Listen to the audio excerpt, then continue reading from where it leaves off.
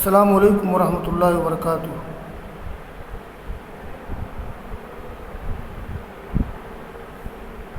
مقدمے صحیح مسلم کا 5واں باب چل رہا ہے۔ بہت ہی مفصل اور طویل باب ہے۔ بعض روات الرجال پر جرح کا ذکر آیا ہے اور آگے بھی اسی طرح کی روایات ہیں۔ قال الامام مسلم حدثني محمد بن عبد الله بن قزاز قال سمعت عبد الله بن عثمان بن جبل يقول قلت لعبد الله بن مبارك من هذا الرجل الذي رويت عنه حديث عبد الله بن عمرو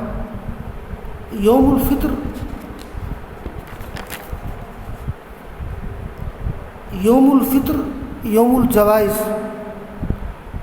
قال سليمان بن الحجاج انظر ما وضعت في يدك منه قال ابن قزاز وسمعت وهب بن زمعة يذكر عن سفيان بن عبد الله قال عبد الله يعني ابن المبارك رأيت روح بن غطيف صاحب الدم قدر الدرهم وجلست إليه مجلسا فجعلت أستحي من أصحابي أن يروني جالسا معه قرأ حديثه۔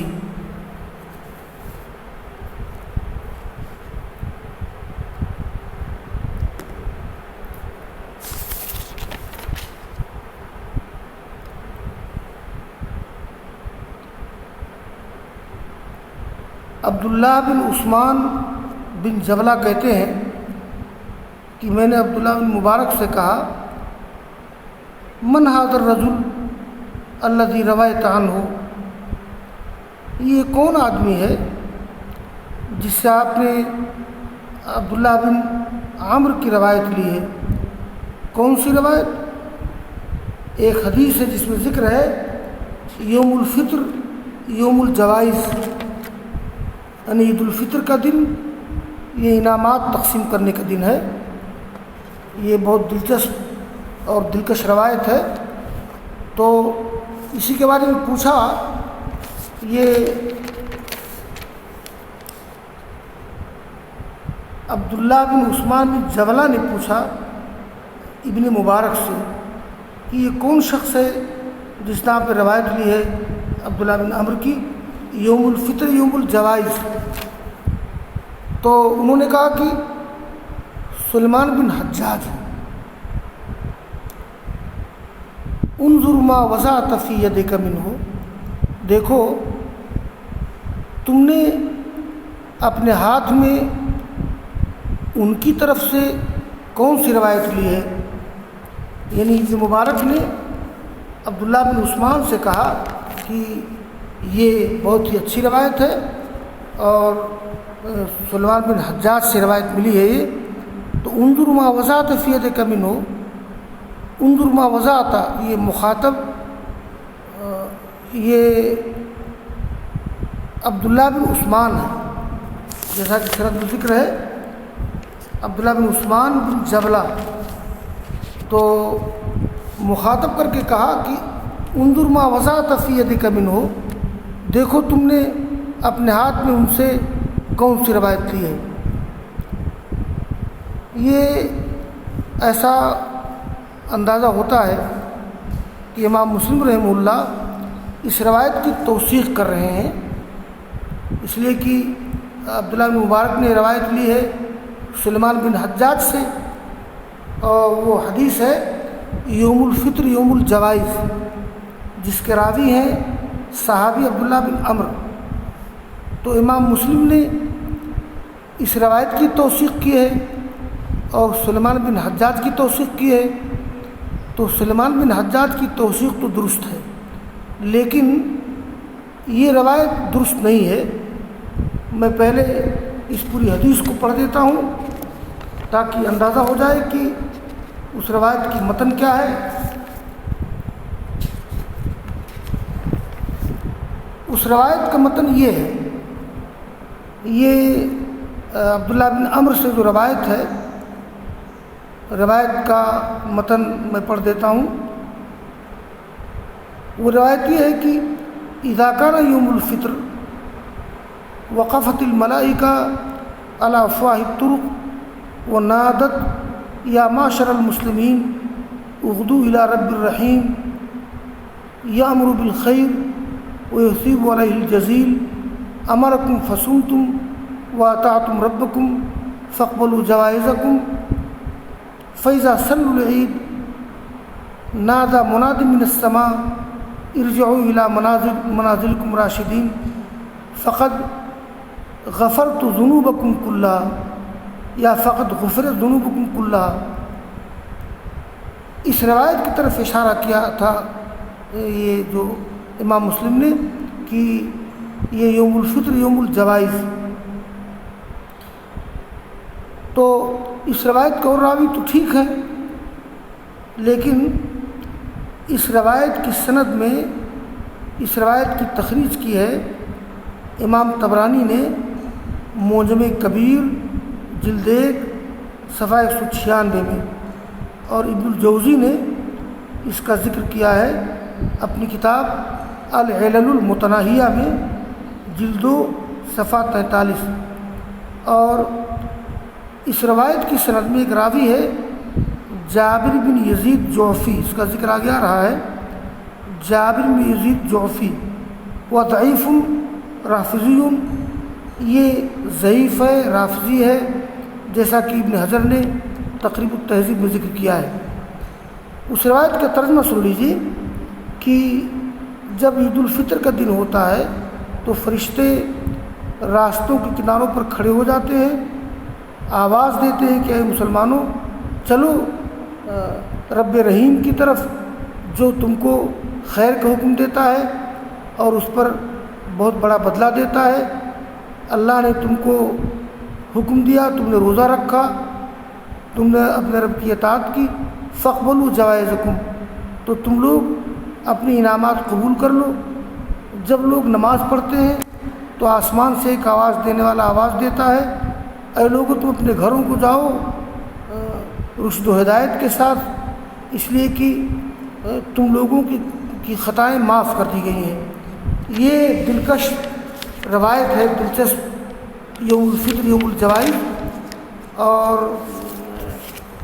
عبداللہ بن مبارک سے جب پوچھا عبداللہ بن عثمان نے کہ یہ روایت آپ نے کس سے لی ہے، تو کہا کہ سلیمان بن حجاج سے۔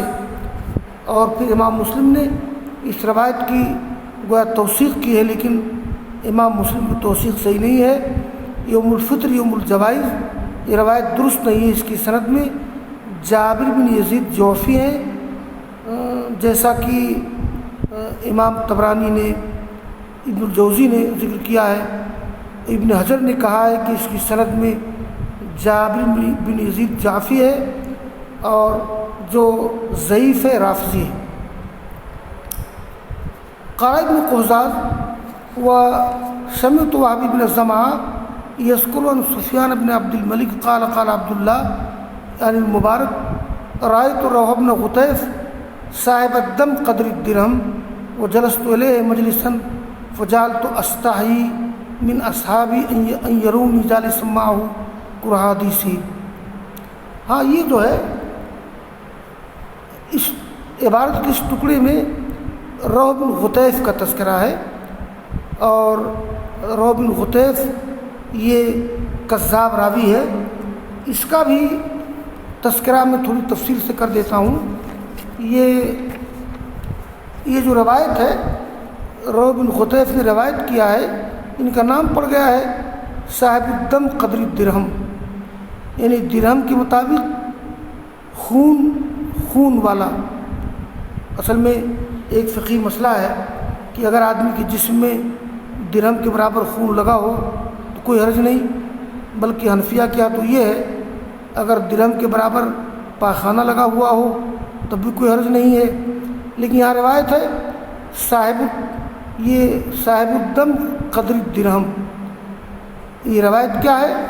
روایت پہلے سن لیجیے۔ یہ روایت اس طرح سے ہے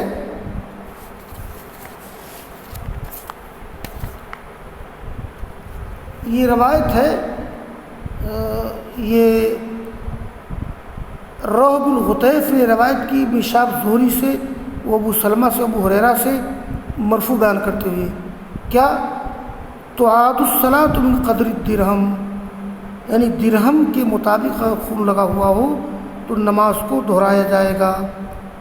لیکن یہ حدیث موضوع ہے، اس لیے کہ روح بن غطیف یہ وزار راوی ہے، تو امام دارقطنی نے اس کا ذکر سنن میں کیا ہے، بیہقی نے بھی سنن میں کیا ہے، ابن عدی نے الکامل میں اس کا ذکر کیا ہے، علامہ البانی رحمہ اللہ کہتے ہیں ضعیف الجامع میں ھذا موضوع، اور علامہ البانی نے اس کا ذکر الضعیفہ میں بھی کیا ہے۔ تو یہ روایت ہے صاحب دم قدر الدرہم۔ میں مسئلے کی تھوڑی وضاحت کر دوں، اگر آدمی کا خون آدمی کے جسم میں لگا ہوا ہو تو آدمی کا وضو نہیں ٹوٹتا ہے، نہ آدمی کی نماز باطل ہوتی ہے۔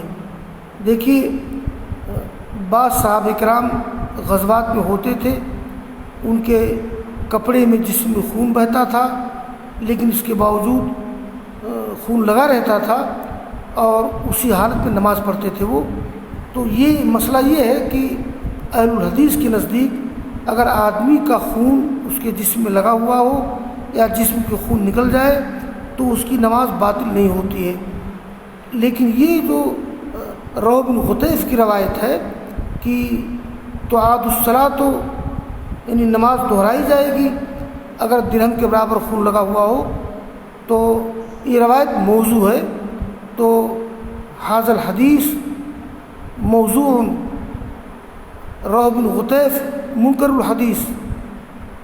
تو ابن مبارک کہتے ہیں کہ میں ایک بار بیٹھا روح بن غطیف کے پاس ایک مجلس میں، تو اس کے بعد مجھے شرم لگتی تھی اپنے شاگردوں سے کہ مجھے دیکھ نہ لیں بیٹھا ہوا اس کے ساتھ، قرآن حدیث ہی اس کی حدیث کے ناپسندیدگی کی وجہ سے۔ تو اس عبارت میں روح بن غطیف پر جرح کی گئی ہے۔ آگے یہ قال امام مسلم حدثني ابن قهزاز قال سمعت وهبا يقول عن سفيان عن ابن المبارك قال بقية صدوق اللسان ولكنه يأخذ عن من أقبل وأدبر۔ اس میں بقیہ کا ذکر ہے، بقیہ بھی ضعیف راوی ہے۔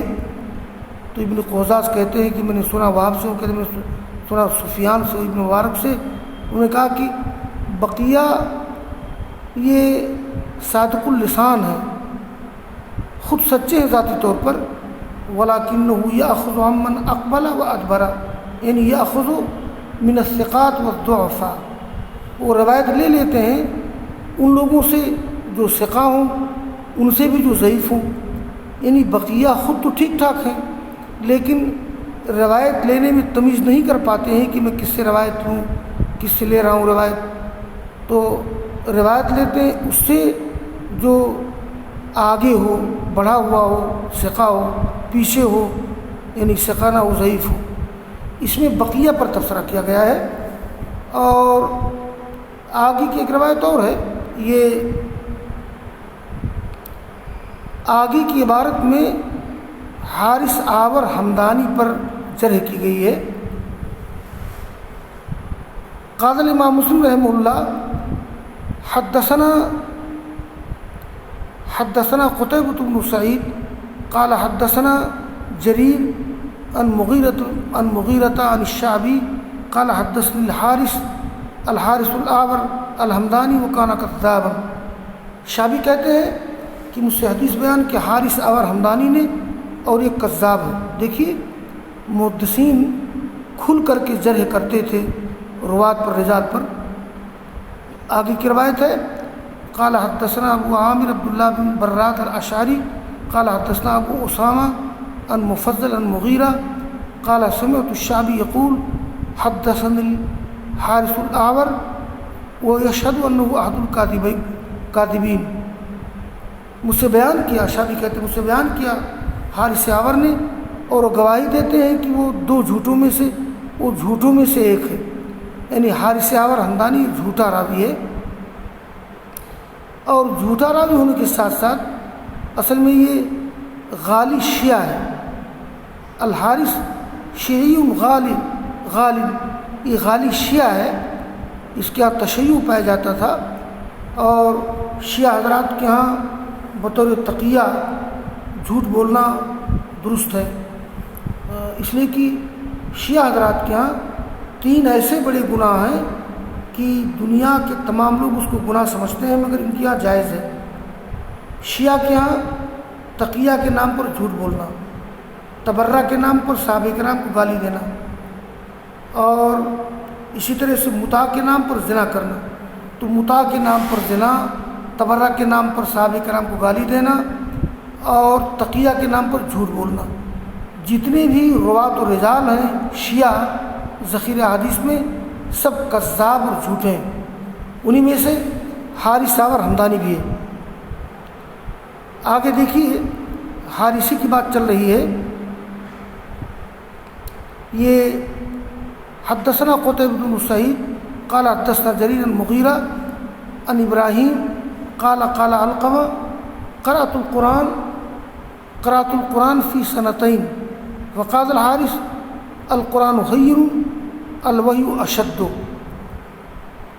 یہ علقمہ کہتے ہیں کہ میں نے قرآن پڑھا 2 سال میں، تو حارث نے کیا کہا؟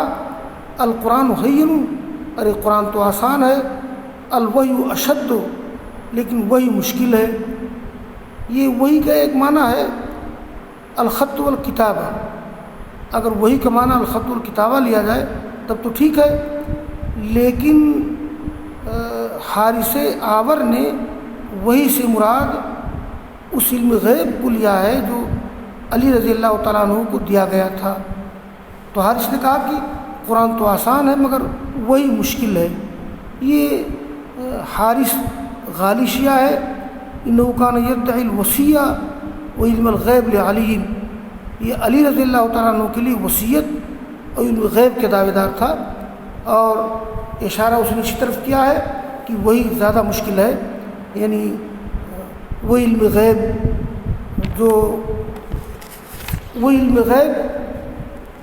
جو اللہ تعالیٰ نے بذریعہ وحی علی کو دیا تھا، یہ حارث آور کا کرشمہ ہے۔ آگے دیکھیے، یہ حدثنا حجاج بن الشاعر قال حدثنا احمد یعنی ابن یونس قال حدثنا زائدہ عن الأعمش عن ابراہیم ان الحارث قال تعلمت القرآن فی 3 سنین والوحی فی 2 او قال الوحی فی 3 سنین والقرآن فی 2۔ گزشتہ روایت ہے دوسری سند اور متن کے ساتھ کہ اعمش روایت کرتے ہیں ابراہیم سے کہ حارث نے کہا میں نے قرآن کو 3 سال میں سیکھا اور وحی کو 2 سال میں۔ یہاں دیکھیے، اگر وحی کا معاملہ خط و کتابت ہوتا تو ٹھیک ہے، لیکن وحی کا مطلب وہ وحی ہے جو اللہ تعالیٰ نے علی رضی اللہ تعالیٰ عنہ کی طرف کی تھی، یا کہا الوحی فی 3 سنین والقرآن فی 2۔ تو یہ جو حارث بن آور نے بات کہی ہے، ایسا لگتا ہے کہ حارث آور نے اس جملے سے وہ وہی مراد لی ہے، وہ علم غیب مراد لیا ہے کہ جو علی کو اللہ تعالیٰ نے دیا تھا ان کے علاوہ۔ آگے کی روایت ہے حدثني حجاج قال حدثني احمد وابن یونس قال حدثنا زائد عن معروف عن منصور المغیرہ عن ابراہیم ان الحارث اتهم، یعنی حارث پر اتہام ہے، حارث متہم راوی ہے۔ کیا اتہام ہے؟ کذب کا، وضع حدیث کا، اور غالی تشیع کا۔ یہ اتہمہ بالتشیع، اتہمہ بأنه يدعي الوصیہ وعلم الغیب لعلی۔ آگے پھر حارث کا تذکرہ ہے، یہ حدثنا قتیبہ بن سعید قال حدثنا جریر عن حمزہ الزیات قال سمعت مرة الحمدانی من الحارث شیئا، سمع مرة الحمداني من الحارثين فقال له اقعد بالباب فقال فدخل مرة وأخذ سيفه قال وأحس الحارث بالشر فذهب. یہ بڑی دلچسپ روایت ہے کہ مرہ حمدانی نے وہی حارث آور حمدانی سے کوئی چیز سنی، کوئی غلط چیز، برے عقیدے کی چیز، تو مرہ حمدانی نے حارث سے کہا کہ ایسا ہے تم دروازے پر بیٹھو میں اندر سے آتا ہوں. مرہ حمدانی اندر گئے اور اپنی تلوار لی، یعنی وہ یہ چاہتے تھے کہ میں اس بیہودہ حارث آور حمدانی کو قتل کر دوں، قصہ تمام ہو جائے، نہ رہے بانس نہ بجے بانسری. تو مرہ داخل ہوئے اپنے گھر میں، وہ تلوار لی. تو یہ راوی کہتے ہیں حارث نے محسوس کر لیا، حارث نے شک محسوس کر لیا کہ اب میرا انجام برا ہونے والا ہے، وہ بھاگ نکلا. تو اس میں بھی حارث آور کا تذکرہ ہے. اور آگے کی ایک روایت اور ہے جس میں 2 راویوں پر جرح کی گئی ہے. یہ حدثني عبید اللہ بن سعید قال حدثنا عبد الرحمن یعنی ابن مہدی قال حدثنا حماد بن زید عن ابن عون قال لنا ابراہیم ایاکم. یہ حماد بن زید روایت کرتے ہیں ابن عون سے، وہ کہتے ہیں مجھ سے ابراہیم نے کہا ایاکم تم لوگ بچو مغیرہ سے اور ابو عبد الرحیم سے. یہ مغیرہ اور ابو عبد الرحیم یہ بھی مجروح اور ضعیف راوی ہیں. کہا کہ بچو تم مغیرہ بن سعید اور ابو عبد الرحمن سے، فإنہما کذابان، یہ دونوں جھوٹے راوی ہیں. تو عزیزان گرامی دیکھیے کس طرح سے محدثین روات اور رجال پر جرح کرتے تھے بغیر کسی رعایت کے. اگر محدثین روات و رجال پر جرح نہ کرتے تو آج علم حدیث انتہائی مدون، مستند اور معتبر انداز میں ہم تک موجود نہ ہوتا. تو اس میں بہرحال مغیرہ بن سعید اور ابو عبد الرحیم پر جرح کی گئی ہے. اور ابھی یہ باب طویل ہے، آگے ابواب میں بھی بہت سے روات اور بہت سے رجال پر تبصرہ کیا گیا ہے. وآخر دعوانا ان الحمد للہ رب العالمین.